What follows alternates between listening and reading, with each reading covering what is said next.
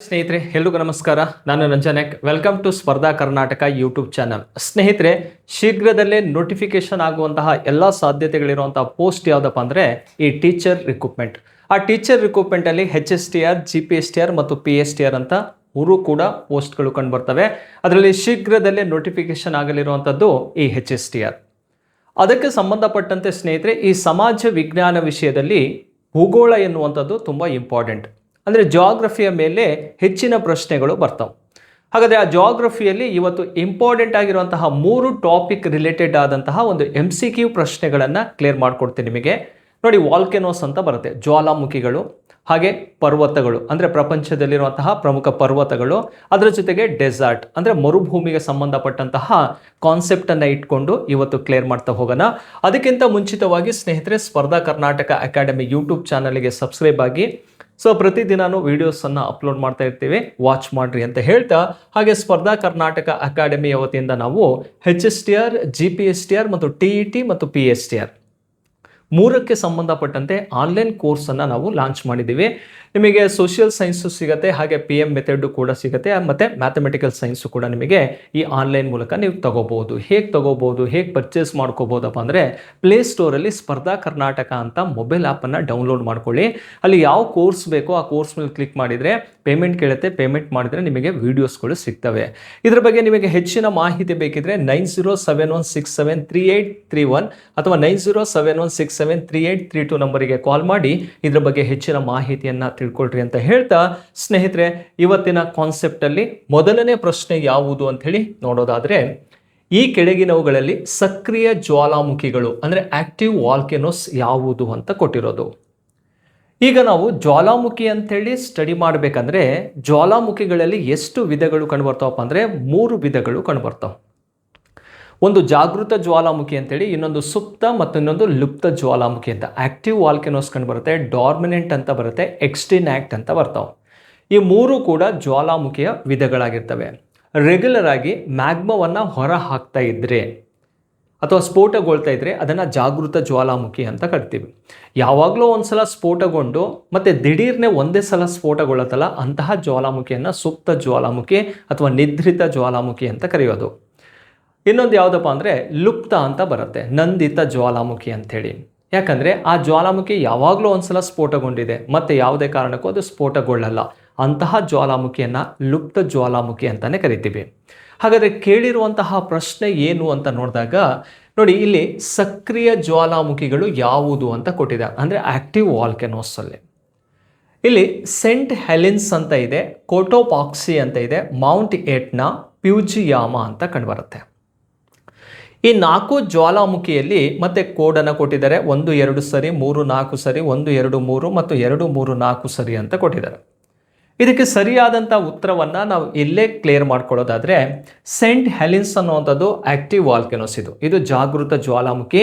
ಎಲ್ಲಿ ಕಂಡುಬರುತ್ತಪ್ಪ ಅಂದರೆ ಅಮೇರಿಕಾದಲ್ಲಿ ಕಂಡುಬರುವಂಥದ್ದು. ಎಲ್ಲಿ ಕಂಡುಬರುತ್ತಿದೋ ಅಮೇರಿಕಾದಲ್ಲಿ ಕಂಡುಬರುವಂತಹ ಒಂದು ಆಕ್ಟಿವ್ ವಾಲ್ಕೆನೋಸ್ ಆಗಿರುತ್ತೆ.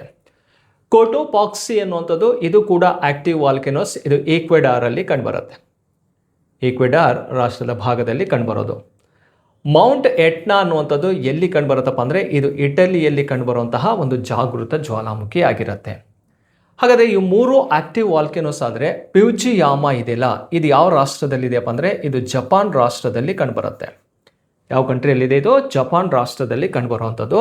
ಆದರೆ ಇದು ಯಾವುದಕ್ಕೆ ಉದಾಹರಣೆ ಅಂತ ಕೇಳಿದರೆ ಇದು ಸುಪ್ತ ಜ್ವಾಲಾಮುಖಿಗೆ ಉದಾಹರಣೆ ಆಗಿರುತ್ತೆ. ಕ್ಲಿಯರ್? ಹಾಗಾಗಿ ಯಾವುದು ಇಲ್ಲಿ ತಪ್ಪಾಗಿದೆ ಅಂದರೆ 4ನೇದು ತಪ್ಪಾದಂತಹ ಒಂದು ಹೇಳಿಕೆ ಆಗಿರುತ್ತೆ. ಅಥವಾ ವಾಲ್ಕೆನೋಸಲ್ಲಿ ಇದು ಆಕ್ಟಿವ್ ವಾಲ್ಕೆನೋಸ್ ಅಲ್ಲ, ಇದು ಡಾರ್ಮೆಂಟ್ ವಾಲ್ಕೆನೋಸ್ ಅಂತಲೇ ಕರಿಬೋದು. ಹಾಗಾದರೆ ಸೆಂಟ್ ಹೆಲೆನ್ಸು, ಕೋಟೋಪಾಕ್ಸಿ, ಮೌಂಟ್ ಎಟ್ನಾ ಅನ್ನುವಂಥದ್ದು ಈ 3 ಕೂಡ ಸಕ್ರಿಯವಾದಂತಹ ಜ್ವಾಲಾಮುಖಿಗಳಾದರೆ ಇದಕ್ಕೆ ಸರಿಯಾದಂತಹ ಉತ್ತರ ಯಾವುದಪ್ಪ ಅಂದರೆ 1 2 3 ಅನ್ನೋದು ಸರಿಯಾಗಿರುತ್ತೆ. ಅದು ಯಾವ ಆಪ್ಷನಲ್ಲಿ ಇದೆಯಪ್ಪ ಅಂದರೆ ಸಿ ಆಪ್ಷನಲ್ಲಿ ಕಂಡುಬರುತ್ತೆ. ನೋಡಿ, ಇವು 3 ಕೂಡ ಜಾಗೃತ ಜ್ವಾಲಾಮುಖಿ ಅನ್ನೋದು ಕ್ಲಿಯರ್ ಆಯಿತು. ಅಷ್ಟೇ ಅಲ್ಲದೆ ಈ ಜಾಗೃತ ಜ್ವಾಲಾಮುಖಿಗಳು ಯಾವ ರಾಷ್ಟ್ರದಲ್ಲಿ ಕಂಡುಬರ್ತಾವೆ ಅನ್ನೋದು ಕೂಡ ನಮಗಿಲ್ಲಿ ಮಾಹಿತಿ ಕ್ಲಿಯರ್ ಆಗುತ್ತೆ. ಇದು ವಾಲ್ಕೆನೋಸ್ ರಿಲೇಟೆಡ್ ಆಗಿ ಆಕ್ಟಿವ್ ವಾಲ್ಕೆನೋಸ್ ಸಂಬಂಧಪಟ್ಟಂತಹ ಒಂದು ಪ್ರಶ್ನೆ ಆಗಿರುತ್ತೆ. ಅದರ ಜೊತೆಗೆ ಮತ್ತೊಂದು ಯಾವ ಸಿಕ್ತಪ್ಪ ಅಂದರೆ ನಮಗೆ ಸುಪ್ತ ಜ್ವಾಲಾಮುಖಿ, ಡಾರ್ಮೆಂಟ್ ವಾಲ್ಕೆನೋಸ್ ಅಂತಲೂ ಕೂಡ ಕರಿತೀವಿ ಅದಕ್ಕೆ.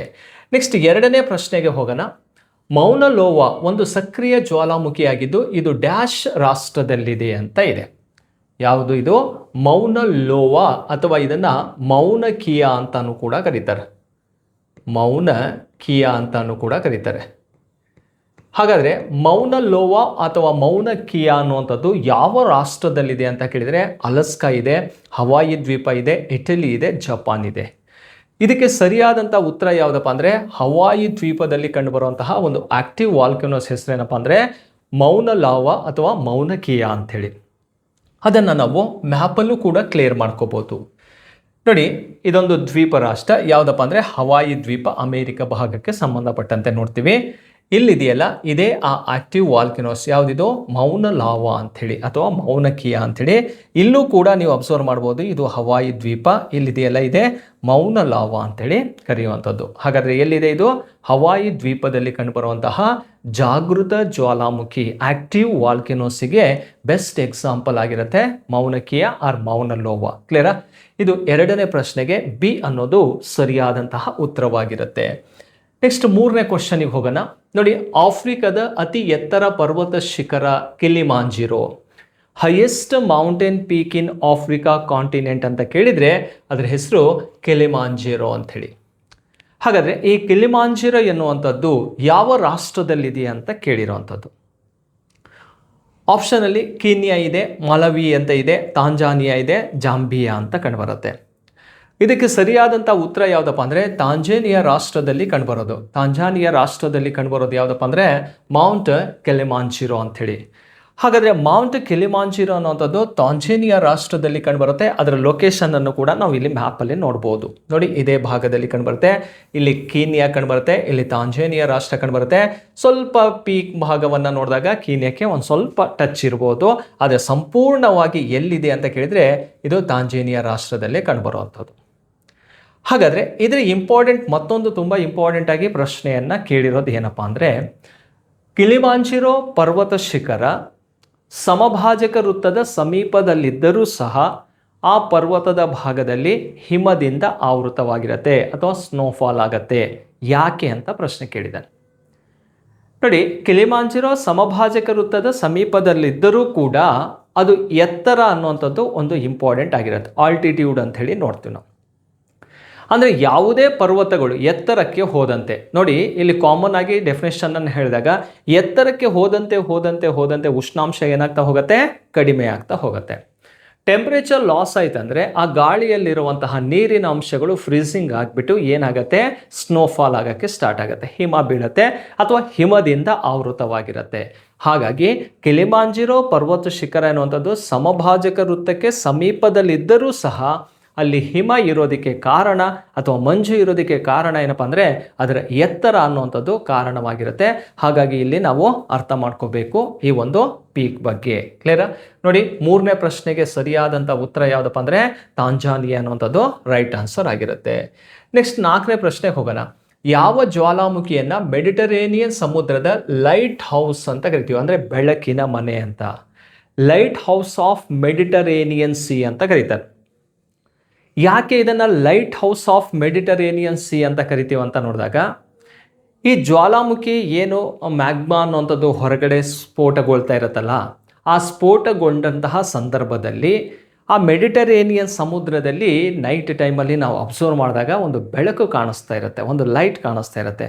ಹಾಗಾಗಿ ಇದನ್ನು ಮೆಡಿಟರೇನಿಯನ್ ಸಮುದ್ರದ ಬೆಳಕಿನ ಮನೆ ಅಂತಲೇ ಕರಿತೀವಿ. ಯಾವ ಜ್ವಾಲಾಮುಖಿಯನ್ನು ಅಂತ ಕೇಳಿದಾಗ ನೋಡಿ, ಮೌಂಟ್ ಸ್ಟ್ರಾಂಬೋಲಿ ಅಂಥೇಳಿ. ಕ್ಲಿಯರಾ? ಮೌಂಟ್ ಸ್ಟ್ರಾಂಬೋಲಿ ಏನಿದೆಯಲ್ಲ, ಇದನ್ನು ಮೆಡಿಟರೇನಿಯನ್ ಸಮುದ್ರದ ಲೈಟ್ ಹೌಸ್ ಅಥವಾ ಬೆಳಕಿನ ಮನೆ ಅಂತಲೇ ಕರೆಯುವಂಥದ್ದು. ಸೊ ಇದನ್ನು ನೀವು ಮ್ಯಾಪಲ್ಲೇ ಕ್ಲಿಯರ್ ಮಾಡ್ಕೋಬೋದು. ನೋಡಿ, ಇದು ಯಾವ ಭಾಗ ಅಂದರೆ ಇಟಲಿ ರಾಷ್ಟ್ರ. ಕ್ಲಿಯರಾ?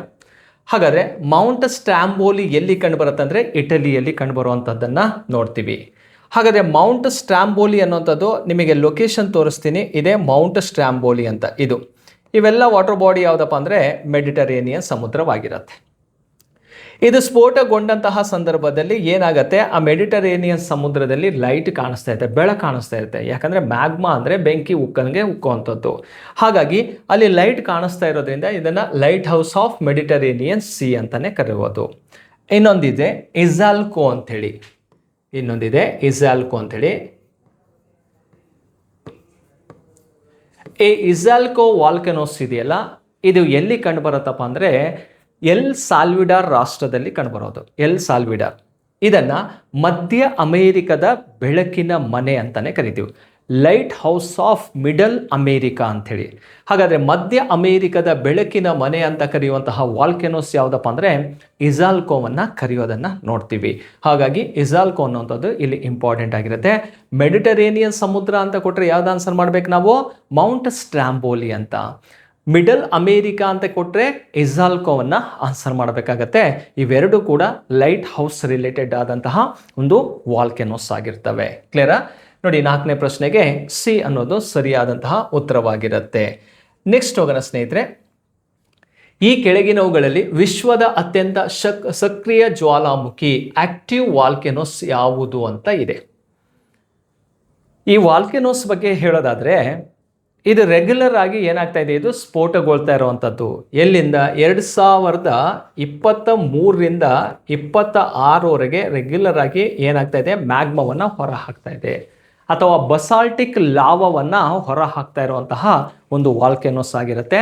ಹಾಗಾಗಿ ಪ್ರಸ್ತುತ ನೋಡಿ, ಸಕ್ರಿಯವಾದ ಅಥವಾ ಆಕ್ಟಿವ್ ವಾಲ್ಕೆನೋಸಲ್ಲಿ ಯಾವುದನ್ನು ನಾವು ಗುರುತು ಮಾಡ್ತೀವಿ ಅಂತ ಕೇಳಿದರೆ ಈ ಕಿಲಾವಿಯಾ ಅಂತ ಹೇಳಿದೆ. ಕಿಲಾವಿಯಾ ಎನ್ನುವಂತಹ ಒಂದು ವಾಲ್ಕೆನೋಸ್ ಇದೆಯಲ್ಲ, ಇದು ಪ್ರೆಸೆಂಟ್ ವಿಶ್ವದ ಅತ್ಯಂತ ಸಕ್ರಿಯ ಜ್ವಾಲಾಮುಖಿಗಳಲ್ಲಿ ಒಂದಾಗಿರೋದನ್ನು ನಾವಿಲ್ಲಿ ನೋಡ್ಬೋದು. ಹಾಗಾದರೆ ಇದರ ಒಂದು ಮ್ಯಾಪನ್ನು ಕೂಡ ನಾವು ಕ್ಲಿಯರ್ ಮಾಡ್ಕೋಬೋದು. ಇದು ಎಲ್ಲಿದೆಯಪ್ಪ ಅಂದರೆ ಹವಾಯಿ ದ್ವೀಪದಲ್ಲಿ ಕಂಡುಬರುತ್ತೆ. ಇದು ಕರೆಂಟ್ ರಿಲೇಟೆಡ್ ಆಗಿ ನಿಮಗೆ ಪ್ರಶ್ನೆ ಬರುವಂತಹ ಸಾಧ್ಯತೆಗಳು ಇರುವಂಥದ್ದು. ನೋಡಿ, ವಿಶ್ವದ ಅತ್ಯಂತ ಸಕ್ರಿಯ ಜ್ವಾಲಾಮುಖಿ ಯಾವುದು ಅಂತ ಕೇಳಿದರೆ ಕಿಲಾವಿಯಾ ಎನ್ನುವಂಥೇಳಿ ಆನ್ಸರ್ ಮಾಡಬೇಕಾಗತ್ತೆ. ಅದರ ಲೊಕೇಶನನ್ನು ನೀವು ನೋಡ್ಬೋದು, ಈ ಭಾಗದಲ್ಲೇ ಕಂಡುಬರೋದನ್ನು ನೋಡ್ತೀವಿ. ಕಿಲಾವಿಯಾ ಅನ್ನೋಂಥದ್ದು ಈ ಭಾಗದಲ್ಲಿ ಕಂಡುಬರುವಂತಹ ಒಂದು ವಾಲ್ಕೆನೋಸ್ ಆಗಿರುತ್ತೆ. ಕ್ಲಿಯರಾ? ನೋಡಿ, 5ನೇ ಪ್ರಶ್ನೆಗೆ ಸಿ ಅನ್ನೋದು ಸರಿಯಾದಂತಹ ಉತ್ತರವಾಗಿರುತ್ತೆ. ಓಕೆ, ನೆಕ್ಸ್ಟ್ ಕ್ವಶನಿಗೆ ಹೋಗೋಣ. ಈ ಕೆಳಗಿನವುಗಳಲ್ಲಿ ಸುಪ್ತ ಜ್ವಾಲಾಮುಖಿಗಳು ಯಾವುದು? ಡಾರ್ಮೆಂಟ್ ವಾಲ್ಕೆನೋಸ್ ಅಂತ ಕಂಡುಬರುತ್ತೆ. ಈ ಡಾರ್ಮೆಂಟ್ ವಾಲ್ಕೆನೋಸ್ ಬಗ್ಗೆ ಹೇಳೋದಾದರೆ ಈ ಸುಪ್ತ ಜ್ವಾಲಾಮುಖಿ ಅಂದರೆ ಏನು? ಯಾವಾಗಲೂ ಪ್ರಾಚೀನ ಕಾಲದಲ್ಲಿ ಒಮ್ಮೆ ಸ್ಫೋಟಗೊಂಡಿರುತ್ತದು. ಬಹುದಿನಗಳ ಕಾಲ ಯಾವುದೇ ಕಾರ್ಯಾಚರಣೆ ಆಗಲ್ಲ, ಆಕ್ಟಿವ್ ಆಗಲ್ಲ. ಇದು ದಿಢೀರ್ನೆ ಒಮ್ಮೆನೆ ಸ್ಫೋಟಗೊಳ್ಳುತ್ತೆ. ಇಂತಹ ಜ್ವಾಲಾಮುಖಿಯನ್ನು ಏನಂತ ಕರಿತೀವಪ್ಪ ಅಂದರೆ ನಿದ್ರಿತ ಜ್ವಾಲಾಮುಖಿ ಅಂತ ಕರಿತೀವಿ. ಅಂದರೆ ಮಲಗಿರುತ್ತೆ, ಯಾವಾಗಾದ್ರೂ ಸ್ಫೋಟಗೊಳ್ಬೋದು. ಹಾಗಾಗಿ ಇದನ್ನು ನಿದ್ರಿತ ಜ್ವಾಲಾಮುಖಿ, ಸುಪ್ತ ಜ್ವಾಲಾಮುಖಿ ಅಂತಲೂ ಕೂಡ ಕರಿತೀವಿ. ನಮಗೆ ಆ ಜ್ವಾಲಾಮುಖಿ ಪ್ರದೇಶ ಏನಿರ್ತಲ್ಲ, ಯಾವಾಗಲೂ ಒಮ್ಮೆ ಸ್ಫೋಟಗೊಳ್ಳುತ್ತಾರೆ, ನೆಕ್ಸ್ಟ್ ಸ್ಫೋಟಗೊಳ್ಳಲ್ಲ ಅಂಥೇಳಿ ನಮಗೆ ಗೊತ್ತಿರಲ್ಲ. ಆ ಭಾಗದಲ್ಲಿ ನಾವೇನಾದ್ರು ಬೇರೆ ಅದರ್ ಆ್ಯಕ್ಟಿವಿಟೀಸ್ ಮಾಡಿದರೆ ದಿಢೀರ್ನೆ ಯಾವಾಗಾದ್ರೂ ಸ್ಫೋಟಗೊಳ್ಬೋದು. ಹಾಗಾಗಿ ಇದನ್ನು ಡೇಂಜರೆಸ್ಟ್ ವಾಲ್ಕೆನೋಸ್ ಲಿಸ್ಟಲ್ಲಿ ಸೇರಿಸ್ತೀವಿ. ಯಾವುದನ್ನು? ಸುಪ್ತ ಜ್ವಾಲಾಮುಖಿಗಳನ್ನು. ಹಾಗಾದರೆ ಆ ಸುಪ್ತ ಜ್ವಾಲಾಮುಖಿಗಳಿಗೆ ಉದಾಹರಣೆಯಾಗಿ ನಾವು ನೋಡೋದಾದರೆ ಯಾವುದನ್ನು ಎಕ್ಸಾಂಪಲ್ ಆಗಿ ತೊಗೊಳ್ತೀವಿ ಅಂದರೆ ನೋಡಿ, ಕರ್ಕಟೋವಾ ಅಂತ ಇದೆ, ಪ್ಯೂಸಿಯಾಮ ಅಂತ ಇದೆ, ಪಿಲಿಯನ್ ಅಂತ ಇದೆ, ವೆಸುವಿಯಸ್ ಅಂತ ಕಂಡುಬರುತ್ತೆ. ಆ 4ರಲ್ಲಿ ಯಾವುದು ಸರಿ ಅಂತ ನೋಡಿದಾಗ 1, 2 ಅಂತ ಇದೆ, 1, 3 ಅಂತ ಇದೆ, 2, 3 ಅಂತ ಇದೆ, ಮೇಲಿನ ಎಲ್ಲವೂ ಕೂಡ ಸರಿ ಅಂತ ಇದೆ 4ನೇ ಆಪ್ಷನಲ್ಲಿ. ನೋಡಿ, ಕರ್ಕಟೋವಾನು ಕೂಡ ಪ್ಯೂಸಿಯಾಮ, ಪಿಲಿಯನ್ ಮತ್ತು ವೆಸುವಿಯಸ್ ಅಂತ ಇದೆಯಲ್ಲ, ಇವೆಲ್ಲವೂ ಕೂಡ ಯಾವ ಲಿಸ್ಟಲ್ಲಿ ಇರೋದು ಅಂತ ಕೇಳಿದರೆ ಇವೆಲ್ಲವೂ ಕೂಡ ಡಾರ್ಮೆಂಟ್ ವಾಲ್ಕೆನೋಸ್ ಅಥವಾ ಸುಪ್ತ ಜ್ವಾಲಾಮುಖಿಗಳಾಗಿರ್ತವೆ. ಹಾಗಾಗಿ 4 ಕೂಡ ಇದಕ್ಕೆ ಸರಿಯಾದಂಥ ಉತ್ತರ. ತುಂಬ ಫೇಮಸ್ ಆಗಿರುವಂತಹ ವಾಲ್ಕೆನೋಸ್ಗಳು ಇವು. ಯಾವಾಗಲೂ ಕೂಡ ಇದರ ಬಗ್ಗೆ ನಮಗೆ ಗೊತ್ತಿರಲೇಬೇಕಾಗತ್ತೆ. ಹಾಗಾದರೆ ಕರ್ಕಟೋವಾ ಎಲ್ಲಿದೆ, ಪ್ಯೂಸಿಯಾಮ, ಪಿಲಿಯನ್ ಮತ್ತು ವೆಸುವಿಯಸ್ ಯಾವ್ಯಾವ ರಾಷ್ಟ್ರಗಳಲ್ಲಿ ಕಂಡುಬರ್ತಾವಂತನೂ ಗೊತ್ತಿರಬೇಕಲ್ವ ನಮಗೆ. ನೋಡಿ, ಕರ್ಕಟೋವಾ ಎನ್ನುವಂಥದ್ದು ಇಂಡೋನೇಷ್ಯಾದಲ್ಲಿ ಕಂಡುಬರುವಂತಹ ಪ್ರಮುಖವಾದಂತಹ ಸುಪ್ತ ಜ್ವಾಲಾಮುಖಿ ಆಗಿರುತ್ತೆ. ಪ್ಯೂಸಿಯಾಮ ಅನ್ನುವಂಥದ್ದು ಜಪಾನ್ ರಾಷ್ಟ್ರದಲ್ಲಿ ಕಂಡುಬರ್ತಾರೆ. ಈ ಒಂದು ಬೆಟ್ಟವನ್ನು ಜಪಾನ್ನವರು ದೇವರು, ಗಾಡ್ ಅಂತಲೂ ಕೂಡ ಪೂಜೆ ಮಾಡೋದನ್ನು ನೋಡ್ಬೋದು. ಹಾಗಾಗಿ ಜಪಾನ್ನಲ್ಲಿ ತುಂಬ ಫೇಮಸ್ ಆಗಿರುವಂಥ ವಾಲ್ಕೆನೋಸ್ ಯಾವುದಪ್ಪ ಅಂದರೆ ಮೌಂಟ್ ಪ್ಯೂಸಿ ಅಥವಾ ಮೌಂಟ್ ಪ್ಯೂಸಿಯಾಮ ಅಂತಾನೆ. ಹಾಗೆ ಪಿಲಿ ಅನ್ನುವಂಥದ್ದು ಪಿಲಿಯಾನ್ ಅಂತ ಕರಿತೀವಿ, ಇದು ವೆಸ್ಟ್ ಇಂಡೀಸ್ ಭಾಗದಲ್ಲಿ ಕಂಡುಬರುತ್ತೆ. ವೆಸುವಿಯಸ್ ಅನ್ನುವಂಥದ್ದು ಎಲ್ಲಿ ಕಂಡುಬರುತ್ತಪ್ಪ ಅಂದರೆ ಇಟಲಿ ರಾಷ್ಟ್ರದ ಭಾಗದಲ್ಲಿ ಕಂಡುಬರುವಂತಹ ಒಂದು ವಾಲ್ಕೆನೋಸ್ ಆಗಿರುತ್ತೆ. ಇವೆಲ್ಲದನ್ನು ಯಾವ ಲಿಸ್ಟಲ್ಲಿ ಸೇರಿಸ್ತೀವಿ ನಾವು? ಸುಪ್ತ ಜ್ವಾಲಾಮುಖಿಗಳಿಗೆ ದಿ ಬೆಸ್ಟ್ ಎಕ್ಸಾಂಪಲ್ ಅಂತಾನೆ ನಾವು ಇಲ್ಲಿ ತಗೋಬಹುದು. ಹಾಗಾದರೆ 6ನೇ ಪ್ರಶ್ನೆಗೆ ಯಾವುದು ಸರಿ? ಡಿ ಅನ್ನುವಂಥದ್ದು ಎಲ್ಲವೂ ಕೂಡ ಇದಕ್ಕೆ ಸರಿಯಾದಂತಹ ಉತ್ತರವಾಗಿರ್ತವೆ. ಕ್ಲಿಯರ್? ನೆಕ್ಸ್ಟ್ 7th ಕ್ವಶನ್ ಹೋಗೋಣ. ಈ ಕೆಳಗಿನ ಯಾವ ಖಂಡವು ಅತಿ ಹೆಚ್ಚು ದೇಶಗಳನ್ನು ಹೊಂದಿದೆ? ಈಗ ಭೂಮಿಯ ಮೇಲೆ ಎಷ್ಟು ಖಂಡಗಳಿದ್ದಾವೆ? 7 ಖಂಡಗಳಿದ್ದಾವೆ. ಆ 7 ಕಾಂಟಿನೆಂಟ್ಸಲ್ಲಿ ಹೈಯೆಸ್ಟ್ ಕಂಟ್ರಿ ಇರುವಂಥದ್ದು ಯಾವ ಒಂದು ಖಂಡದಲ್ಲಿ ಅಂತ ಕೇಳಿದರೆ ಆಫ್ರಿಕಾನ, ಯುರೋಪ, ಏಷ್ಯಾನ, ದಕ್ಷಿಣ ಅಮೇರಿಕಾ ಅಂತ 4 ಆಪ್ಷನ್ ಇದೆ. ಇದಕ್ಕೆ ಸರಿಯಾದಂಥ ಉತ್ತರ ಯಾವುದಪ್ಪ ಅಂದರೆ ಆಫ್ರಿಕಾ ಖಂಡದಲ್ಲಿ ಅತಿ ಹೆಚ್ಚು ರಾಷ್ಟ್ರಗಳನ್ನು ನಾವಿಲ್ಲಿ ನೋಡ್ತೀವಿ. ಒಟ್ಟು 54 ರಾಷ್ಟ್ರಗಳು ಕಂಡುಬರ್ತವೆ. ಎಲ್ಲಿ? ಆಫ್ರಿಕಾ ಖಂಡದಲ್ಲಿ. ನೋಡಿ, ಆಫ್ರಿಕಾದಲ್ಲಿ 54 ರಾಷ್ಟ್ರಗಳು ಕಂಡುಬಂದರೆ ಯುರೋಪ್ನಲ್ಲಿ 44 ರಾಷ್ಟ್ರಗಳು ಕಂಡುಬರ್ತವೆ, ಏಷ್ಯಾದಲ್ಲಿ 48 ಇದ್ರೆ ದಕ್ಷಿಣ ಅಮೇರಿಕಾದಲ್ಲಿ 12 ರಾಷ್ಟ್ರಗಳನ್ನು ನೋಡ್ತೀವಿ. ಇವು ರಾಷ್ಟ್ರವಾರು ಮಾಹಿತಿನೂ ಕೂಡ ನಮಗೆ ಇಲ್ಲಿ ಗೊತ್ತಾಗತ್ತೆ. ಕ್ಲಿಯರ್? ಕಾಂಟಿನೆಂಟ್ ರಿಲೇಟೆಡ್ ಆದಂತಹ ಒಂದು ಪ್ರಶ್ನೆ ಆಗಿರುತ್ತೆ. ನೆಕ್ಸ್ಟ್ ಹೋಗೋಣ ಸ್ನೇಹಿತರೆ. ಭೂಮಿಯ ಭೂಪ್ರದೇಶದ ಶೇಕಡವಾರು ಆರೋಹಣ ಕ್ರಮದಲ್ಲಿ ಅಸೆಂಡಿಂಗ್ ಆರ್ಡರಲ್ಲಿ ಖಂಡಗಳ ಸರಿಯಾದ ಅನುಕ್ರಮವನ್ನು ತಿಳಿಸಿ ಅಂತ ಇದೆ. ಅಸೆಂಡಿಂಗ್ ಆರ್ಡರ್ ಅಥವಾ ಆರೋಹಣ ಕ್ರಮ ಅಂದರೆ ಚಿಕ್ಕದರಿಂದ ದೊಡ್ಡದನ್ನು ನಾವು ಇಲ್ಲಿ ಕಂಡುಹಿಡಿಬೇಕಾಗತ್ತೆ. ಫಸ್ಟ್ ನಾವು ಕಾಂಟಿನೆಂಟ್ಸ್ ಅಂತ ಹೇಳಿ ನೋಡಿದಾಗ ಭೂಮಿಯ ಮೇಲೆ ಎಷ್ಟು ಖಂಡಗಳು ಕಂಡುಬರ್ತಾವಪ್ಪ ಅಂದರೆ 7 ಕಾಂಟಿನೆಂಟ್ಸ್ ಇದೆ. ಜಿಲ್ಯಾಂಡಿಯಾ ಅಂಥೇಳಿ ಇನ್ನೂ ಆಗಿಲ್ಲ, ಅದೇನಾದ್ರು ಆಯ್ತಂದರೆ 8ನೇ ಖಂಡವಾಗತ್ತೆ. ಹಾಗಾದರೆ ಆ 7 ಕಾಂಟಿನೆಂಟ್ಸ್ಗಳು ಯಾವ್ಯಾವುದು ಅನ್ನೋದು ನಿಮಗೆ ಆಲ್ರೆಡಿ ಗೊತ್ತಿರುತ್ತೆ. ಒಂದೊಂದಾಗಿ ಕ್ಲಿಯರ್ ಮಾಡೋದಾದರೆ, ವಿಶ್ವದಲ್ಲೇ ಅಥವಾ ಭೂಮಿಯ ಮೇಲಿನ ಅತಿ ದೊಡ್ಡ ಖಂಡ ಯಾವುದಪ್ಪ ಅಂತ ಕೇಳಿದರೆ ಅದು ಏಷ್ಯಾ ಖಂಡವಾಗಿರುತ್ತೆ. ನಂಬರ್ 1 ಪೊಸಿಷನಲ್ಲಿ ನೋಡ್ತೀವಿ. 2ನೇ ಖಂಡ ಯಾವುದಪ್ಪ ಅಂದರೆ ಆಫ್ರಿಕಾ ಕಾಂಟಿನೆಂಟ್ ಇದೆ, ಆಫ್ರಿಕಾ. ಸೊ 3ನೇ ಖಂಡ ಯಾವುದಪ್ಪ ಅಂದರೆ ನಾರ್ತ್ ಅಮೇರಿಕಾ, ಇದು 3rd. ನೆಕ್ಸ್ಟ್ 4ನೇ ಖಂಡ ಯಾವುದಿದೆಯಪ್ಪ ಅಂದರೆ ಸೌತ್ ಅಮೇರಿಕಾ. 5ನೇ ಖಂಡ ಇಲ್ಲಿ ಕಂಡು ಬರುತ್ತಲ್ಲ ಅಂಟಾರ್ಟಿಕಾ ಅನ್ನೋಂಥದ್ದು 5th ಪೊಸಿಷನಲ್ಲಿ ಕಂಡುಬರುತ್ತೆ. 6th ಪೊಸಿಷನಲ್ಲಿ ಕಂಡುಬರೋದು ಯಾವುದಪ್ಪ ಅಂದರೆ ಯುರೋಪ್. 7th ಪೊಸಿಷನಲ್ಲಿ ಕಂಡುಬರೋದೇ ಆಸ್ಟ್ರೇಲಿಯಾ ಕಂಡುಬರುತ್ತೆ. ಕ್ಲಿಯರಾ? 7 ಖಂಡಗಳನ್ನು ನಾವಿಲ್ಲಿ ನೋಡ್ತೀವಿ. ಆ 7 ಖಂಡಗಳಲ್ಲಿ ಲೀಸ್ಟಲ್ಲಿ ಕೊಟ್ಟಿರುವಂತಹ ಮಾಹಿತಿಯ ಪ್ರಕಾರ ಹೋಗೋದಾದರೆ ಚಿಕ್ಕದ್ರಿಂದ ದೊಡ್ಡದನ್ನು ನಾವಿಲ್ಲಿ ಕಂಡುಹಿಡಿಬೇಕಾಗತ್ತೆ. ಉತ್ತರ ಅಮೇರಿಕಾ ದೊಡ್ಡದಿದೆ, ಕೆಳಗಡೆ ಉತ್ತರ ಅಮೇರಿಕಾ ಇದೆ, ಆಫ್ರಿಕಾನು ಕೂಡ ದೊಡ್ಡದಿದೆ. ಹಾಗಾದರೆ ಈ ಲೈನಲ್ಲಿ ಅತಿ ಚಿಕ್ಕದಾಗಿ ಕಾಣಿಸ್ತಾ ಇರುವಂಥ ಖಂಡ ಯಾವುದು? ಯುರೋಪ್ ಖಂಡದಿಂದ ಸ್ಟಾರ್ಟ್ ಮಾಡಬೇಕಾಗತ್ತೆ. ನೋಡಿ, ಯುರೋಪ್ ಖಂಡವನ್ನು ತೊಗೊಳ್ತೀವಿ ಫಸ್ಟು. ಅದಾದ ನಂತರ ದಕ್ಷಿಣ ಅಮೇರಿಕಾ ಅಂದರೆ ಯುರೋಪ್ ಖಂಡ. ಇಲ್ಲಿ ಅಂಟಾರ್ಟಿಕಾ ಕೊಟ್ಟಿಲ್ಲ, ಸೀದಾ ಇಲ್ಲಿ ಹೋಗ್ತೀವಿ ದಕ್ಷಿಣ ಅಮೇರಿಕಕ್ಕೆ ಹೋಗ್ತೀವಿ. ದಕ್ಷಿಣ ಅಮೇರಿಕಾ ಆದ ನಂತರ ಯಾವ್ದು ಬರುತ್ತೆ ನೋಡಿ? ಉತ್ತರ ಅಮೇರಿಕಾ. ಉತ್ತರ ಅಮೇರಿಕಾ ಆದ ನಂತರ ಯಾವುದಿದೆ ನೋಡಿ? ಆಫ್ರಿಕಾ ಖಂಡ ಕಂಡುಬರುತ್ತೆ. ಹಾಗಾಗಿ ಈ ಒಂದು ಪ್ರಶ್ನೆಗೆ ಸರಿಯಾದಂಥ ಉತ್ತರ ಯಾವುದಪ್ಪ ಅಂದರೆ ಬಿ ಅನ್ನೋದು ರೈಟ್ ಆನ್ಸರ್ ಆಗಿರುತ್ತೆ. ನೋಡಿ, ಎಲ್ಲ ಖಂಡಗಳನ್ನು ಕ್ರಮವಾಗಿ ಏನು ಕೊಟ್ಟಿಲ್ಲ ಅವನು, ಕೆಲವೊಂದು ಮಧ್ಯದಲ್ಲಿ ಎತ್ಕೊಂಡು ಖಂಡಗಳನ್ನು ಕೊಡ್ತಾ ಬಂದಿದ್ದಾನೆ. ನಮಗೆ ಏನು ಗೊತ್ತಿರಬೇಕು? ಎಲ್ಲ ಕಾಂಟಿನೆಂಟ್ಸ್ಗಳ ಲೀಸ್ಟ್ ನಮಗೆ ಪಕ್ಕ ಇರಬೇಕು. Asia, Africa, north America, south America, Antarctica, Europe ಮತ್ತು ಆಸ್ಟ್ರೇಲಿಯಾ. ಆಸ್ಟ್ರೇಲಿಯಾ ಯುರೋಪಿಂದ ಬರ್ತೀವಿ, ಅಂಟಾರ್ಟಿಕಾ ಅಂತ ತೊಗೊಳ್ತೀವಿ. Next south America, north America, Africa, Asia ಅಂಥೇಳಿ. ಅಸೆಂಡಿಂಗ್ ಆರ್ಡರ್ ಆರು ಕೇಳಿ ಆರ್ ಡಿಸೆಂಡಿಂಗ್ ಆರ್ಡರ್ ಆರು ಕೇಳಿ, ಯಾವ ಕಡೆ ಕೇಳಿದ್ರು ನಮಗೆ ಗೊತ್ತಿರಬೇಕು. ಅಷ್ಟು ಖಂಡಗಳ ಒಂದು ಮಾಹಿತಿ ತಿಳ್ಕೊಂಡ್ರೆ ಇಂತಹ ಒಂದು ಪ್ರಶ್ನೆ ಬಂದಾಗ ನೀವು ಈಸಿಯಾಗಿ ಆನ್ಸರನ್ನು ಮಾಡ್ಬೋದು. ಕ್ಲಿಯರ್ ಸ್ನೇಹಿತರೆ? 8ನೇ ಪ್ರಶ್ನೆಗೆ ಬಿ ಅನ್ನೋದು ಸರಿಯಾದಂತಹ ಉತ್ತರವಾಗಿರುತ್ತೆ. ಹಾಗೆ ಸ್ನೇಹಿತರೆ, ನಿಮಗೆ ಇಲ್ಲಿ ಒಂದು ಬುಕ್ ಬಗ್ಗೆ ಮಾಹಿತಿಯನ್ನು ಕೊಡ್ತೀನಿ, ಕರ್ನಾಟಕ ಭೂಗೋಳ ಅಂಥೇಳಿ. ಈ ಕರ್ನಾಟಕ ಭೂಗೋಳ ಏನು ಜಿಯೋಗ್ರಫಿ ಇದೆಯಲ್ಲ, ಇದು ಕರ್ನಾಟಕದ ಬಗ್ಗೆ ಸಂಪೂರ್ಣವಾಗಿ ಮಾಹಿತಿಯನ್ನು ಒಳಗೊಂಡಿರುವಂತಹ ಒಂದು ಬುಕ್ ಆಗಿರುತ್ತೆ. ಸೊ ಇದರಲ್ಲಿ ನಿಮಗೆ ಕರ್ನಾಟಕಕ್ಕೆ ಸಂಬಂಧಪಟ್ಟಂತಹ 20 ಅಧ್ಯಾಯಗಳಿದಾವೆ. ಆ 20 ಚಾಪ್ಟ್ರಲ್ಲಿ ಯಾವ್ಯಾವ ರೀತಿ ಇದೆ? ಕರ್ನಾಟಕದ ಪರಿಚಯ, ಪ್ರಾಕೃತಿಕ ಲಕ್ಷಣ, ವಾಯುಗುಣ, ಸ್ವಾಭಾವಿಕ ಸಸ್ಯವರ್ಗ, ಮಣ್ಣು, ರಾಷ್ಟ್ರೀಯ ಉದ್ಯಾನವನ, ವನ್ಯಜೀವಿ ಧಾಮ, ರಾಮ್ಸಾರ್ ತಾಣಗಳು, ಖನಿಜ ಸಂಪನ್ಮೂಲ, ಕೈಗಾರಿಕೆಗಳು, ಬುಡಕಟ್ಟು ಜನಾಂಗಗಳು, ಜನಸಂಖ್ಯೆ, ಸಾರಿಗೆ ವ್ಯವಸ್ಥೆ, ಇವೆಲ್ಲ ಮತ್ತು ರಿವರ್ ಸಿಸ್ಟಮ್ ಅಷ್ಟನ್ನು ಒಳಗೊಂಡಂತಹ ಕಂಪ್ಲೀಟಾಗಿ ಡಿಟೇಲ್ಡ್ ಆಗಿರುವಂತಹ ವಿಷಯವನ್ನು ಒಳಗೊಂಡಿರುವಂತಹ ಕಾನ್ಸೆಪ್ಟನ್ನು ನೋಡ್ತೀವಿ. ಇದೇ ಕರ್ನಾಟಕ ಭೂಗೋಳ ಪರಿಚಯ ಎಂಬ ವಿಷಯದಲ್ಲಿ. ಅದಾದ ನಂತರ ನೋಡಿ, ಒಟ್ಟು 20 ಚಾಪ್ಟರ್ಸ್ಗಳು ಇಂಪಾರ್ಟೆಂಟ್ ಆಗಿ ತೆಗೆದುಕೊಂಡಿರುವಂಥದ್ದು. ನೆಕ್ಸ್ಟು ಕರ್ನಾಟಕದಲ್ಲಿರುವಂತಹ 31 ಜಿಲ್ಲೆಗಳ ಬಗ್ಗೆ ಸ್ಪರ್ಧಾತ್ಮಕ ಪರೀಕ್ಷೆಯಲ್ಲಿ 31 ಜಿಲ್ಲೆ, ಒಂದೊಂದು ಜಿಲ್ಲೆಯಲ್ಲಿ ಏನು ಇಂಪಾರ್ಟೆಂಟ್ ಇರುತ್ತೋ ಆ ಟಾಪಿಕನ್ನು ಒಳಗೊಂಡಿರುತ್ತೆ. ಅದರ ಜೊತೆಗೆ ಅದರ ಹಿಸ್ಟಾರಿಕಲ್ ಪ್ಲೇಸ್, ನಮ್ಮ ರಾಜ್ಯದಲ್ಲಿರುವಂತಹ ಪ್ರಮುಖ ಐತಿಹಾಸಿಕ ಸ್ಥಳಗಳು, ಅದರ ಇಂಪಾರ್ಟೆಂಟ್ ಏನು ಅನ್ನುವಂತಹ ಮಾಹಿತಿನೂ ಕೂಡ ಇದರಲ್ಲಿ ಸಿಗತ್ತೆ. ಮತ್ತು ಇದುವರೆಗೂ ಕಾಂಪಿಟೇಟಿವ್ ಎಕ್ಸಾಮ್ಸಲ್ಲಿ ನೀವು UPSC ಅಪ್ ಟು PC ಎಕ್ಸಾಮ್ವರೆಗೂ ಕೂಡ ಎಲ್ಲ ಕಾಂಪಿಟೇಟಿವ್ PSI ಆಗಿರ್ಬೋದು, KS, UPSC, ಬ್ಯಾಂಕಿಂಗ್ ಎಕ್ಸಾಮ್ಸ್ ಆಗಿರ್ಬೋದು, ಎಲ್ಲ ಕಾಂಪಿಟೇಟಿವ್ ಎಕ್ಸಾಮ್ಸಿಗೆ ಸಂಬಂಧಪಟ್ಟಂತೆ ಟೀಚರ್ ರಿಕ್ರೂಟ್ಮೆಂಟಿಂದ ಹಿಡಿದು ಅಪ್ ಟು PSI ಎಕ್ಸಾಮ್ವರೆಗೂ ಕೂಡ ಇದರಲ್ಲಿ ನಿಮಗೆ ಮಾಹಿತಿ ಸಿಗುತ್ತೆ.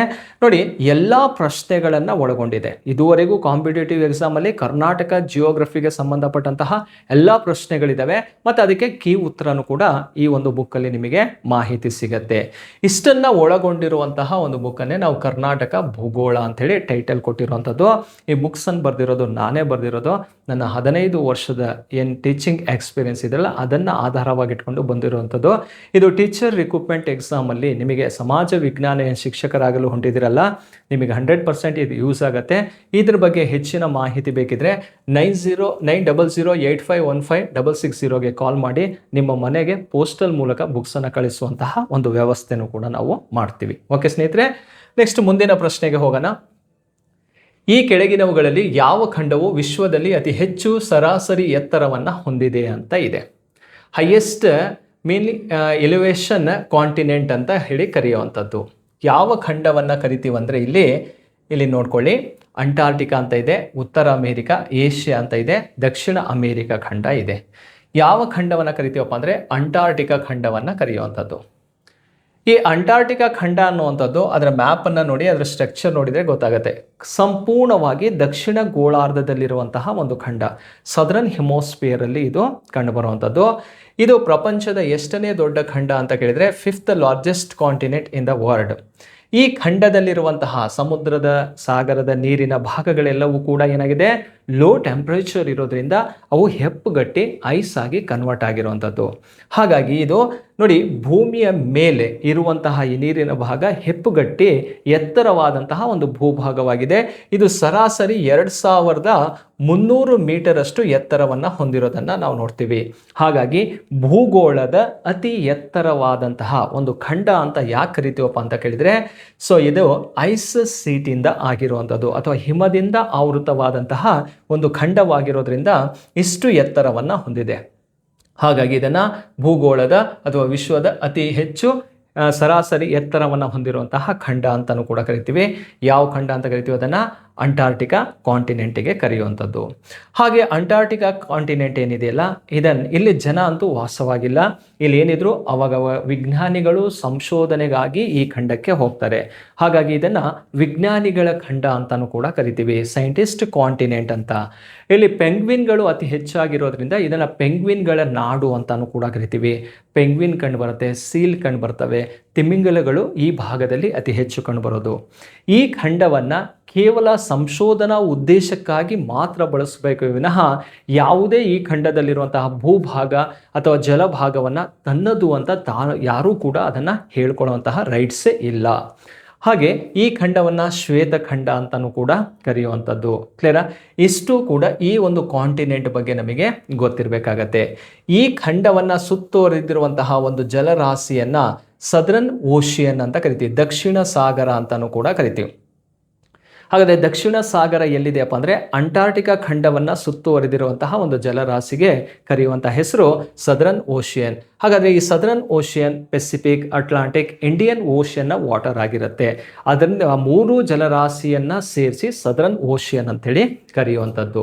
ನೋಡಿ, 9ನೇ ಪ್ರಶ್ನೆಗೆ ಎ ಅನ್ನೋದು ಸರಿಯಾದಂತಹ ಉತ್ತರವಾಗಿರುತ್ತೆ. ನೆಕ್ಸ್ಟ್ ಕ್ವಶನ್ಗೆ ಹೋಗೋಣ. ಆಂಡಿಸ್ ಪರ್ವತ ಶ್ರೇಣಿಯು ಈ ಕೆಳಗಿನ ಯಾವ ಖಂಡದಲ್ಲಿದೆ ಅಂತ ಇದೆ. ನೋಡಿ, ಆಂಡಿಸ್ ಪರ್ವತ ಶ್ರೇಣಿ ಇರುವಂಥದ್ದು ಯಾವ ಖಂಡದಲ್ಲಿಯಪ್ಪ ಅಂದರೆ ದಕ್ಷಿಣ ಅಮೇರಿಕಾ ಖಂಡದಲ್ಲಿರುವಂತಹ ಒಂದು ಇಂಪಾರ್ಟೆಂಟ್ ಮೌಂಟೇನ್ ರೇಂಜ್ ಆಗಿರುತ್ತೆ. ಇದು ಪ್ರಪಂಚದ ಅತಿ ಉದ್ದ ಪರ್ವತ ಶ್ರೇಣಿಗಳಲ್ಲೂ ಒಂದಾಗಿರೋದು, ಅಥವಾ ಪ್ರಪಂಚದ ಅತಿ ಉದ್ದ ಪರ್ವತ ಶ್ರೇಣಿ ಯಾವುದಪ್ಪ ಅಂದರೆ ಆಂಡಿಸ್ ಮೌಂಟೇನ್ ರೇಂಜ್ ಆಗಿರುತ್ತೆ. ಹಾಗಾದರೆ ಪ್ರಪಂಚದಲ್ಲಿರುವಂತಹ ಪ್ರಮುಖ ಪರ್ವತ ಶ್ರೇಣಿಗಳು ಯಾವ್ಯಾವುದು ಅಂಥೇಳಿ ಇಲ್ಲಿ ಮ್ಯಾಪಲ್ಲೂ ಕೂಡ ನಾವು ಕ್ಲಿಯರ್ ಮಾಡ್ಕೋಬೋದು. ಈ ಮ್ಯಾಪನ್ನು ನೋಡಿದರೆ ಇಷ್ಟು ಕಾನ್ಸೆಪ್ಟು ನಿಮಗೆ ಕ್ಲಿಯರ್ ಆಗ್ತಾ ಹೋಗುತ್ತೆ.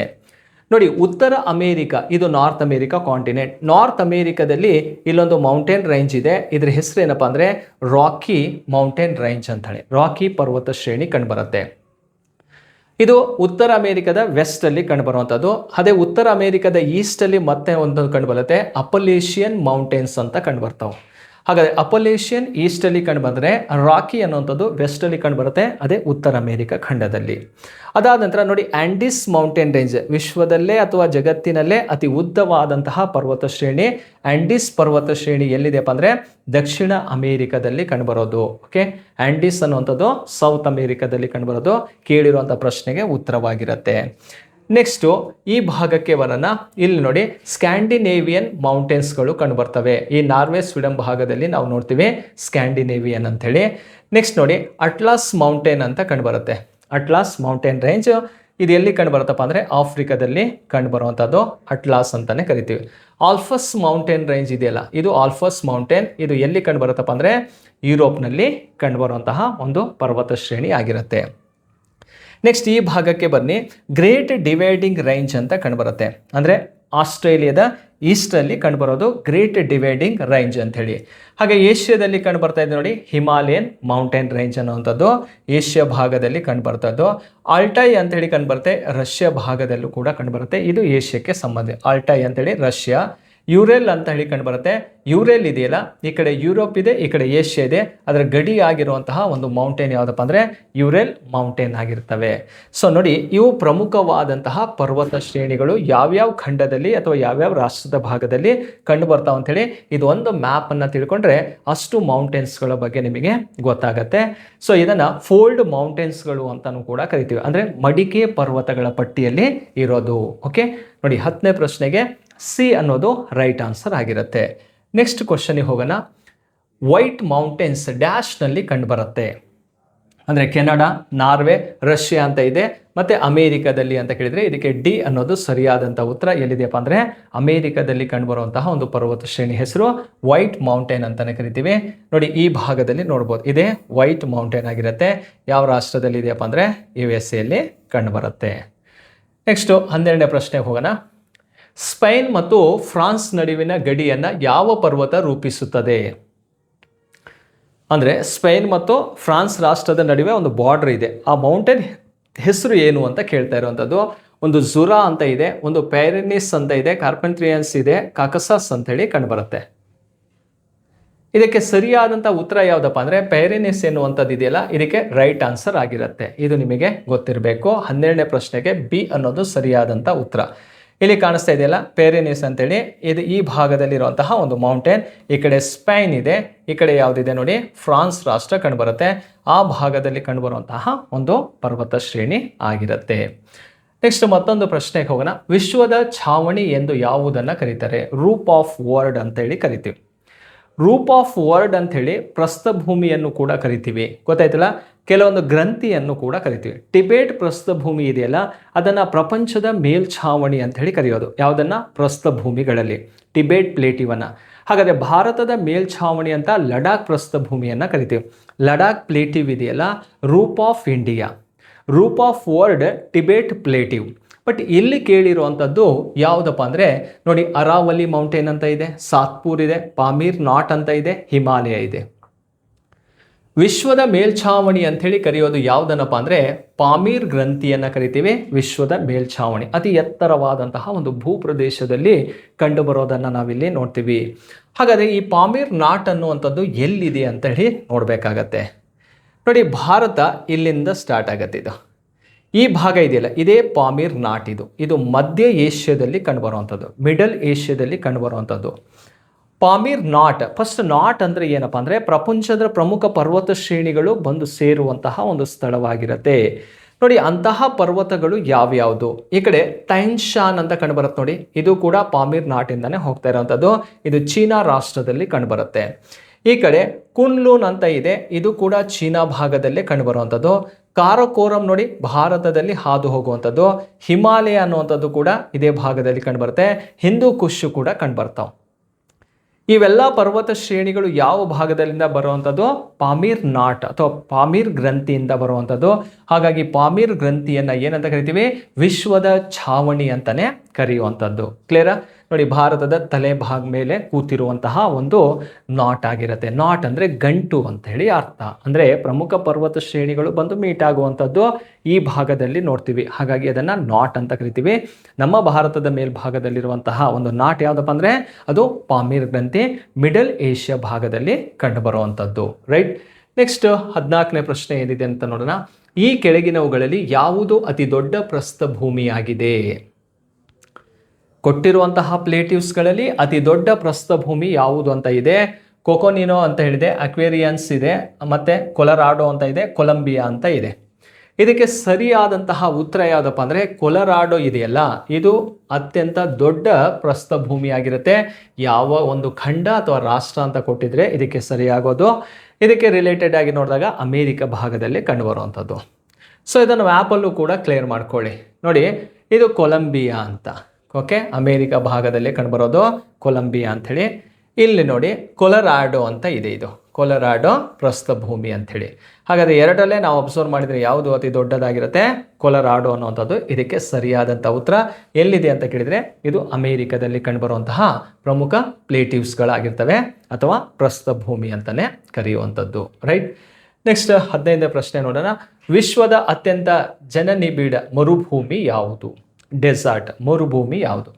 ಸಹರಾ ಮರುಭೂಮಿ ಅನ್ನೋಂಥದ್ದು ಯಾವ ಕೆಟಗರಿಗೆ ಸೇರುತ್ತಪ್ಪ ಅಂದರೆ ಇದು ಉಷ್ಣ ಮರುಭೂಮಿ ಆಗಿರುತ್ತೆ. ಯಾವ ಒಂದು ಡೆಸರ್ಟ್ ಇದೋ ವಾರ್ಮ್ ಡೆಸರ್ಟ್ ಲಿಸ್ಟಲ್ಲಿ ನೋಡ್ತೀವಿ ಯಾವುದನ್ನು? ಸಹರಾವನ್ನು. ಉಷ್ಣ ಮರುಭೂಮಿ ಆಗಿರುತ್ತೆ. ಹಾಗಾಗಿ ಪ್ರಪಂಚದ ಅತಿ ದೊಡ್ಡ ಉಷ್ಣ ಮರುಭೂಮಿ ಯಾವುದಂತ ಕೇಳಿದರೆ ಅದು ಸಹರಾ ಮರುಭೂಮಿ ಆಗಿರುತ್ತೆ. ಆಫ್ರಿಕಾದ ಉತ್ತರ ಭಾಗದಲ್ಲಿ ಕಂಡುಬರುವಂತಹ ಒಂದು ಡೆಸರ್ಟ್ ಇದು. ಗೋಬಿ ಮರುಭೂಮಿ ಇದೆಯಲ್ಲ, ಇದು ಚೀನಾ ಮತ್ತು ಮಂಗೋಲಿಯಾ ಭಾಗದಲ್ಲಿ ಕಂಡುಬರುವಂತಹ ಒಂದು ಡೆಸರ್ಟ್ ಆಗಿರುತ್ತೆ. ತಾರ್ ಡೆಸರ್ಟ್ ಭಾರತ ಮತ್ತು ಪಾಕಿಸ್ತಾನದಲ್ಲಿ ಕಂಡುಬರುತ್ತೆ. ಕಲಹರಿ ಡೆಸರ್ಟ್ ಅನ್ನುವಂಥದ್ದು ಸೌತ್ ಆಫ್ರಿಕಾ ಭಾಗದಲ್ಲಿ ಕಂಡುಬರುವಂತಹ ಒಂದು ಮರುಭೂಮಿ ಆಗಿರುತ್ತೆ. ಹಾಗಾದರೆ ಇವೆಲ್ಲ ಮರುಭೂಮಿಗಳಲ್ಲಿ ಜನಬೀಡು ಇರುವಂಥದ್ದು ಎಲ್ಲಿ ಅಂತ ಕೇಳಿದಾಗ ತಾರ್ ಮರುಭೂಮಿಯಲ್ಲಿ ಅತಿ ಹೆಚ್ಚು ಜನ ವಾಸವಾಗಿರೋದನ್ನು ನೋಡ್ತೀವಿ. ಈ ಭಾಗವನ್ನು ನಾವಿಲ್ಲಿ ಅಬ್ಸರ್ವ್ ಮಾಡ್ಬೋದು. ಹಾಗಾಗಿ ಸಿ ಅನ್ನೋದು ಇದಕ್ಕೆ ಸರಿಯಾದಂಥ ಉತ್ತರವಾಗಿರುತ್ತೆ. ಈಗ ಮ್ಯಾಪಲ್ಲೇ ನೋಡಿಬಿಡಿ ತಾರ್ ಡೆಸರ್ಟ್ ಅನ್ನುವಂಥದ್ದು ಎಲ್ಲಿ ಕಂಡು ಬರುತ್ತೆ, ಇದರ ಇಂಪಾರ್ಟೆಂಟ್ ಏನು ಅನ್ನೋದು ಇಲ್ಲಿ ನಮಗೆ ಗೊತ್ತಾಗ್ತಾ ಹೋಗುತ್ತೆ. ಇದಿಷ್ಟು ಏರಿಯಾ ಇದೆಯಲ್ಲ, ಇದೇ ತಾರ್ ಡೆಸರ್ಟ್ ಏರಿಯಾ. ಹಾಗಾದರೆ ತಾರ್ ಡೆಸರ್ಟ್ ಅನ್ನುವಂಥದ್ದು ಯಾವ್ಯಾವ ರಾಷ್ಟ್ರದಲ್ಲಿ ಕಂಡುಬರುತ್ತೆ? ಪಾಕಿಸ್ತಾನದಲ್ಲಿದೆ, ಈ ಕಡೆ ಬಂದಾಗ ಭಾರತದಲ್ಲಿ ಕಂಡುಬರುತ್ತೆ. ಹಾಗಾದರೆ ತಾರ್ ಡೆಸರ್ಟ್ ಅನ್ನುವಂಥದ್ದು ಉಷ್ಣ ಮರುಭೂಮಿನ ಶೀತ ಮರುಭೂಮಿ ಅಂತ ಕೇಳಿದರೆ ಇದು ವಾರ್ಮ್ ಡೆಸರ್ಟ್ ಆಗಿರುತ್ತೆ, ಉಷ್ಣ ಮರುಭೂಮಿ ಆಗಿರುತ್ತೆ ತಾರ್ ಡೆಸರ್ಟ್. ತಾರ್ ಡೆಸರ್ಟ್ ಭಾರತದಲ್ಲಿ ಎಷ್ಟು ರಾಜ್ಯಗಳಲ್ಲಿ ಕಂಡುಬರುತ್ತೆ ಅಂತಾನೂ ಕೂಡ ಕ್ವಶನ್ ಇದೆ. ನೋಡಿ, 4 ರಾಜ್ಯಗಳಲ್ಲಿ. ಗುಜರಾತಲ್ಲೂ ಕೂಡ ಸ್ವಲ್ಪ ಭೂಭಾಗ ಇದೆ, ರಾಜಸ್ಥಾನದಲ್ಲಿ ವಿಸ್ತಾರವಾಗಿ ಹರಡಿಕೊಂಡಿದೆ, ಅದಾದ ನಂತರ ಹರಿಯಾಣದಲ್ಲಿ ಕೂಡ ಕಂಡುಬರುತ್ತೆ, ಪಂಜಾಬಲ್ಲೂ ಕೂಡ ಕಂಡುಬರುತ್ತೆ. ಹಾಗಾದರೆ ಭಾರತದಲ್ಲಿ ರಾಜ್ಯವಾರು ನೋಡಿದಾಗ ಎಷ್ಟು ರಾಜ್ಯಗಳಲ್ಲಿ ಕಂಡುಬರುತ್ತಿದೋ 4 ರಾಜ್ಯಗಳಲ್ಲಿ ಹರಡಿಕೊಂಡಿರುವಂಥ ಒಂದು ಡೆಸರ್ಟ್ ತಾರ್ ಡೆಸರ್ಟ್. ಅದರಲ್ಲಿ ಮ್ಯಾಕ್ಸಿಮಮ್ ಏರಿಯಾ ಯಾವ ಸ್ಟೇಟಲ್ಲಿದೆ ಅಂದರೆ ರಾಜಸ್ಥಾನದಲ್ಲಿ ಕಂಡುಬರುತ್ತೆ. ಹಾಗೆ ಪಾಕಿಸ್ತಾನಕ್ಕೆ ಹೋದಾಗ ಸಿಂಧ್ ಪ್ರಾಂತ್ಯದಲ್ಲಿ ಕಂಡುಬರುತ್ತೆ, ಪಂಜಾಬ್ ಪ್ರಾಂತ್ಯದಲ್ಲಿ ಕಂಡುಬರುತ್ತೆ, ಪಾಕಿಸ್ತಾನದಲ್ಲಿ. ಇವೆರಡೂ ಪ್ರಾಂತ್ಯಗಳಲ್ಲಿ ಹರಡಿಕೊಂಡಿರುವಂತಹ ಒಂದು ಮರುಭೂಮಿ ಯಾವುದಪ್ಪ ಅಂದರೆ ತಾರ್ ಡೆಸರ್ಟ್ ಆಗಿರುತ್ತೆ. ಈ ಡೆಸರ್ಟ್ ಏರಿಯಾದಲ್ಲಿ ಅತಿ ಹೆಚ್ಚು ಜನರು ವಾಸವಾಗಿರೋದನ್ನು ನಾವಿಲ್ಲಿ ನೋಡ್ತೀವಿ. ಹಾಗಾಗಿ ಸಿ ಅನ್ನೋದು ಇದಕ್ಕೆ ಸರಿಯಾದಂತಹ ಉತ್ತರವಾಗಿರುತ್ತೆ. ಓಕೆ ಸ್ನೇಹಿತರೆ, ನೆಕ್ಸ್ಟ್ ಪ್ರಶ್ನೆಗೆ ಹೋಗೋಣ.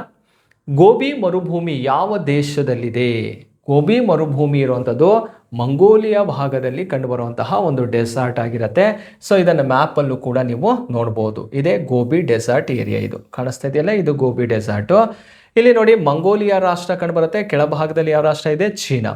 ಆದರೆ ಅತಿ ವಿಸ್ತಾರವಾಗಿ ಹರಡಿಕೊಂಡಿರುವಂಥದ್ದು ಮಂಗೋಲಿಯಾ. ಸಿಂಗಲ್ ಕೊಟ್ಟಿದ್ದಾನೆ ಮಂಗೋಲಿಯಾ ಅಂತ ಆನ್ಸರ್ ಮಾಡಬೇಕು. ಎರಡೆರಡು ಸ್ಟೇಟನ್ನು ಕೊಟ್ಟಾಗ ಎರಡನ್ನೂ ಆನ್ಸರ್ ಮಾಡಬೇಕು. ಯಾವ್ಯಾವುದು? ಚೀನಾ ಮತ್ತು ಮಂಗೋಲಿಯಾದಲ್ಲಿ ಕಂಡುಬರುವಂತಹ ಒಂದು ಡೆಸರ್ಟ್ ಯಾವುದಪ್ಪ ಅಂದರೆ ಅದು ಗೋಬಿ ಮರುಭೂಮಿ ಆಗಿರುತ್ತೆ. ಸಿಂಗಲ್ ಕಂಟ್ರಿ ಕೊಟ್ಟಿರೋದ್ರಿಂದ ಮಂಗೋಲಿಯಾವನ್ನು ನಾವಿಲ್ಲಿ ಆನ್ಸರ್ ಮಾಡಬೇಕು. ಓಕೆ ಸ್ನೇಹಿತರೆ, ನೆಕ್ಸ್ಟ್ ಹೋಗೋಣ. ಈ ಕೆಳಗಿನವುಗಳಲ್ಲಿ ಯಾವುದು ಸರಿಯಾಗಿ ಹೊಂದಾಣಿಕೆ ಆಗಿರುವುದಿಲ್ಲ? ಇದನ್ನು ಅರ್ಥ ಮಾಡ್ಕೋಬೇಕು. ಹೊಂದಾಣಿಕೆ ಆಗಿಲ್ಲ ಅಂತ ಇದೆ. ಫಸ್ಟ್ ನೋಡಿ, ಸೋನೋರೂನ್ ಅಂತೇಳಿ ಒಂದು ಡೆಸರ್ಟ್ ಕಂಡು ಬರುತ್ತೆ. ಇದು ಅಮೇರಿಕ ಸಂಯುಕ್ತ ಸಂಸ್ಥಾನದಲ್ಲಿದೆ ಅಂತ ಕೇಳಿದರೆ ಇದು ಅಮೇರಿಕದಲ್ಲೇ ಇರೋದು. ನೆಕ್ಸ್ಟು ಟಕ್ಲಮಕಾನ್ ಎನ್ನುವಂತಹ ಡೆಸರ್ಟ್ ಕಂಡು ಬರುತ್ತೆ. ಇದು ಚೀನಾದಲ್ಲಿದೆ ಅಂದರೆ ಇದು ಚೀನಾದಲ್ಲೇ ಕಂಡು ಬರುತ್ತೆ. ನೆಕ್ಸ್ಟು ಕರಕುಮ್ ಅಂತ ಡೆಸರ್ಟ್ ಇದೆ, ತುರ್ಕ್ಮೆನಿಸ್ತಾನದಲ್ಲಿ ಕಂಡುಬರುತ್ತೆ, ಅಂದರೆ ತುರ್ಕ್ಮೆನಿಸ್ತಾನದಲ್ಲೇ ಕಂಡುಬರೋದು. ಗಿಬ್ಸನ್ ಡೆಸರ್ಟ್ ಅಂತ ಕಂಡುಬರುತ್ತೆ, ಬ್ರೆಜಿಲಲ್ಲಿ ಕಂಡುಬರುತ್ತೆ, ಅಂದರೆ ಬ್ರೆಜಿಲಲ್ಲಿ ಇಲ್ಲ. ಇದು ಎಲ್ಲಿದೆಯಪ್ಪ ಅಂದರೆ ಆಸ್ಟ್ರೇಲಿಯಾದಲ್ಲಿ ಕಂಡುಬರುವಂಥದ್ದು, ಆಸ್ಟ್ರೇಲಿಯಾದಲ್ಲಿ ಕಂಡುಬರುತ್ತೆ. ಕ್ಲಿಯರಾ? ಹಾಗಾಗಿ ಯಾವುದು ತಪ್ಪಾಗಿರೋದು? ಡಿ ಅನ್ನೋದು ಇಲ್ಲಿ ತಪ್ಪಾಗಿರುವಂತಹ ಒಂದು ಹೇಳಿಕೆ ಆಗಿರುತ್ತೆ. ಕ್ಲಿಯರಾ ಸ್ನೇಹಿತರೆ? ಹಾಗಾದರೆ ಯಾವ್ಯಾವ ಡೆಸರ್ಟ್ ಎಲ್ಲೆಲ್ಲಿ ಕಂಡು ಬರ್ತಾವಂತನೂ ಕೂಡ ನೋಡ್ಬೋದು. ನೋಡಿ, ಈ ಭಾಗಕ್ಕೆ ನಾವು ನೋಡ್ತಾ ಹೋದಾಗ ಚೀನಾ ಭಾಗದಲ್ಲಿ ಟೆಕ್ಲಾಮಕಾನ್ ಡೆಸರ್ಟ್ ಕಂಡುಬರುತ್ತೆ, ಇದೇ ಆ ಒಂದು ಡೆಸರ್ಟ್ ಆಗಿರುತ್ತೆ. ನೆಕ್ಸ್ಟ್ ನೋಡಿ, ಸೋನೋರಾನ್ ಡೆಸರ್ಟ್ ಅನ್ನುವಂಥದ್ದು ಅಮೇರಿಕ ಭಾಗದಲ್ಲಿ ಕಂಡುಬರುವಂಥದ್ದನ್ನು ನೋಡ್ತೀವಿ. ನೆಕ್ಸ್ಟು ಈ ಒಂದು ಭಾಗದಲ್ಲಿ ತುರ್ಕ್ಮೆನಿಸ್ತಾನದಲ್ಲಿ ಕರಕುಮ್ ಡೆಸರ್ಟ್ ಅಂತ ಕಂಡುಬರುತ್ತೆ, ಈ ಭಾಗದಲ್ಲಿ ನೋಡ್ತೀವಿ. ನೆಕ್ಸ್ಟು ಆಸ್ಟ್ರೇಲಿಯಾ, ಇಲ್ಲಿ ನೋಡಿ ಗಿಬ್ಸನ್ ಡೆಸರ್ಟ್, ಇದು ಈ ಭಾಗವನ್ನು ಅಬ್ಸರ್ವ್ ಮಾಡಿ, ಇದು ಗಿಬ್ಸನ್ ಡೆಸರ್ಟ್ ಆಸ್ಟ್ರೇಲಿಯಾ ಭಾಗದಲ್ಲಿ ಕಂಡುಬರುತ್ತೆ. ಗ್ರೇಟ್ ಸ್ಯಾಂಡಿ ಡೆಸರ್ಟ್ ಅಂತಲೂ ಕೂಡ ಕಂಡುಬರುತ್ತೆ, ತನಾಮಿ ಡೆಸರ್ಟ್ ಅಂತ ಕಂಡುಬರುತ್ತೆ, ವಿಕ್ಟೋರಿಯಾ ಡೆಸರ್ಟ್ ಅಂತಲೂ ಕೂಡ ಕಂಡುಬರುತ್ತೆ. ಇಷ್ಟು ಡೆಸರ್ಟ್ಸ್ಗಳು ಯಾವ ಒಂದು ಖಂಡದಲ್ಲಿ ಕಂಡು ಬರ್ತಾವ ಅಂತ ಕೇಳಿದರೆ ಆಸ್ಟ್ರೇಲಿಯಾ ಖಂಡದಲ್ಲಿ ಕಂಡುಬರುವಂತಹ ಒಂದು ಡೆಸರ್ಟ್ ಆಗಿರುತ್ತೆ. ಕ್ಲಿಯರ್? ನೋಡಿ, ಇವು ಪ್ರಮುಖವಾದಂತಹ ಮರುಭೂಮಿಗಳ ಬಗ್ಗೆ ನಾವು ತಿಳ್ಕೊಳ್ತಾ ಹೋಗಬೇಕಾಗತ್ತೆ. ಕ್ಲಿಯರ್ ಸ್ನೇಹಿತರೆ? ಇಷ್ಟು ಕಾನ್ಸೆಪ್ಟನ್ನು ಇವತ್ತಿನ ಈ ಒಂದು ವಿಡಿಯೋದಲ್ಲಿ ಅರ್ಥ ಮಾಡ್ಕೊಳ್ಳಿ. ಏನು ನೀವು ಓದ್ತಾ ಹೋಗ್ತಾ ಇದ್ದೀರಲ್ವಾ, ನಿಮ್ಮ ಓದಿನ ಜೊತೆಗೆ ಈ ಪ್ರಶ್ನೆಗಳನ್ನು ನೀವು ವಾಚ್ ಮಾಡಿದರೆ ನೀವು ಯಾವ ರೀತಿ ಓದಿದ್ದೀರಿ ಅಥವಾ ಈ ಕಾನ್ಸೆಪ್ಟ್ಗಳು ಎಲ್ಲೆಲ್ಲಿ ಬರ್ತವೆ, ನೀವು ಹೋಲ್ಸೇಲಾಗಿ ಓದ್ತಾ ಹೋಗ್ತೀರಿ, ಬಟ್ ಪ್ರಶ್ನೆಗಳು ಬಂದ ಕೂಡಲೇ ಇದು ಎಲ್ಲಿ ಬರ್ತದೆ, ಯಾವ ಚಾಪ್ಟ್ರಲ್ಲಿ ಇರುವಂಥದ್ದು ಅಥವಾ ಯಾವ ಒಂದು ಕಂಟ್ರಿಗೆ ರಿಲೇಟೆಡ್ ಆಗಿದೆ ಅನ್ನೋಂತಹ ಗೊಂದಲಗಳು ಆಗ್ತಾ ಇರ್ತಾವೆ. ಅದು ನಿಮಗೆ ಕ್ಲಿಯರ್ ಆಗಬೇಕಂದ್ರೆ ಈ ಪ್ರಶ್ನೆಗಳು ನಿಮಗೆ 100% ಯೂಸ್ಫುಲ್ ಆಗುತ್ತೆ. ಸ್ನೇಹಿತರೆ, ಈ ಒಂದು ಕ್ಲಾಸ್ ನಿಮಗೆ ಇಷ್ಟವಾದರೆ ಕಾಮೆಂಟ್ ಮಾಡಿ, ನಿಮ್ಮ ಫ್ರೆಂಡ್ಸ್ಗಳಿಗೂ ಕೂಡ ಇದನ್ನು ಶೇರ್ ಮಾಡಿರಿ. ಇದಕ್ಕೆ ರಿಲೇಟೆಡ್ ಆಗಿ ಯಾವುದಾದ್ರು ನಿಮಗೆ ಗೊತ್ತಿರುವಂತಹ ಡೆಸರ್ಟ್ ಆಗಿರ್ಬೋದು, ಪೀಕ್ ಆಗಿರ್ಬೋದು, ಅವುಗಳ ಬಗ್ಗೆ ಮಾಹಿತಿ ಇದ್ದರೂ ಕೂಡ ಆ ಡೆಸರ್ಟ್ ಹೆಸರು ಹಾಕಿ ಇಂಥ ರಾಷ್ಟ್ರ ಅಂತಲೂ ಕೂಡ ಕಾಮೆಂಟ್ ಮಾಡಿ. ಯಾರಿಗೆ ಗೊತ್ತಿರಲ್ಲೋ ಅವರು ಕೂಡ ಅದನ್ನು ತಿಳ್ಕೊಳ್ಳೋಂಥ ಒಂದು ಪ್ರಯತ್ನ ಮಾಡ್ತಾರೆ.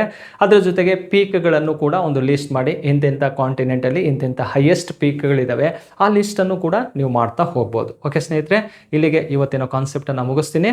Thank you.